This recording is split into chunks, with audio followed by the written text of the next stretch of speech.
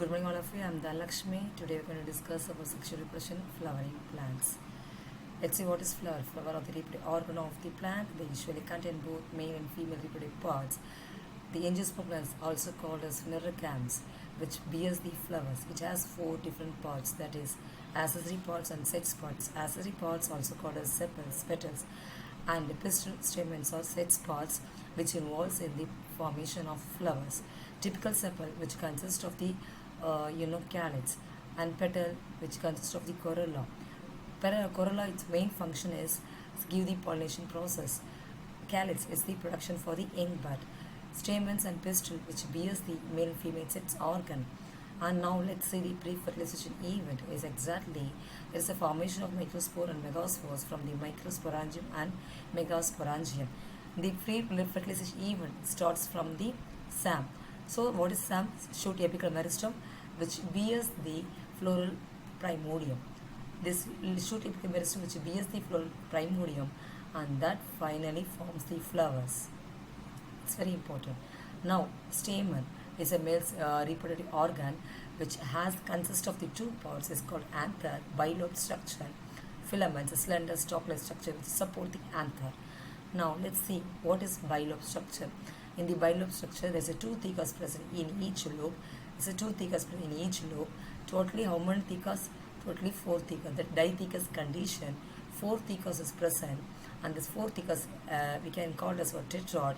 And each tetrad contains one microsporangium is present. Totally four microsporangium present in the two lobes. Now, single microsporangium which consists of four layers, that is called epidermis, endothelium, middle layer, and tapetum. Epidermis outer layer, endothelium present below the epidermis, middle layers 2 to 3 layers, microspore mother cell which is present within the tapetum. Tapetum is a multinuclear condition which gives nourishment to the further development of microspore mother cell. This microspore mother cell arises from the sporogenous tissue. This sporogenous tissue is a diploid condition that undergo meiosis process and produce four haploid tetrad microspores. Remember, the formation of microspore from pollen mother cell through meiosis process is called microsporogenesis. In the initial stage, haploid microspore tetrads are associated. They are not separated. Once the dehydration process is over in microspore, the dissociation of the microspore occur, and that will be forms four individual microspore. Let's see this four tetrad separated and forms one single individual microspore. Now this single microspore is called as pollen grain. So typical pollen grains which land on the stigma and further moves into the style region form the pollen tube. In that region only it forms the male gametophyte. And since typical pollen consists of two layers, it's exine and intine.